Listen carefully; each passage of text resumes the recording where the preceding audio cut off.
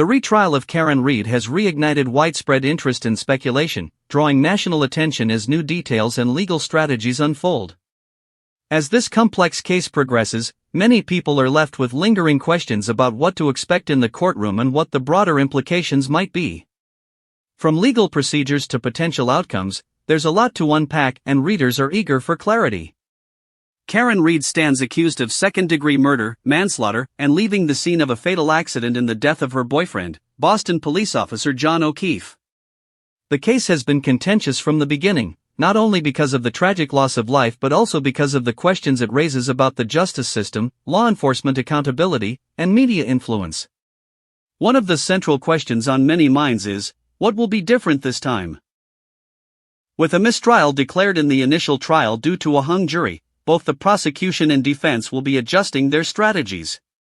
Legal experts are anticipating more refined arguments, new witnesses, and possibly a shift in the narrative from both sides. Will the evidence presented change?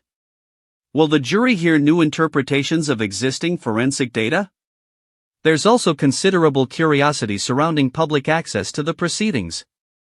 Given the high-profile nature of the case, how much transparency will the court allow? Will there be live coverage, and how will public opinion influence the proceedings?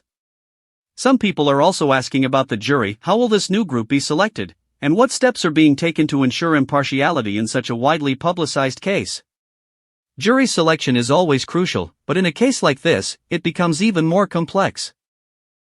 Observers are also wondering if the defense plans to introduce new expert testimony or if additional law enforcement officials will be called to the stand.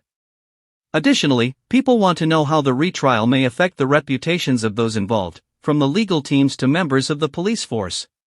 Could this case set a precedent, or influence other cases involving similar charges and public scrutiny? To address all of these questions and more, Globe reporters will be hosting a live Q&A session. Readers are encouraged to submit their questions in advance.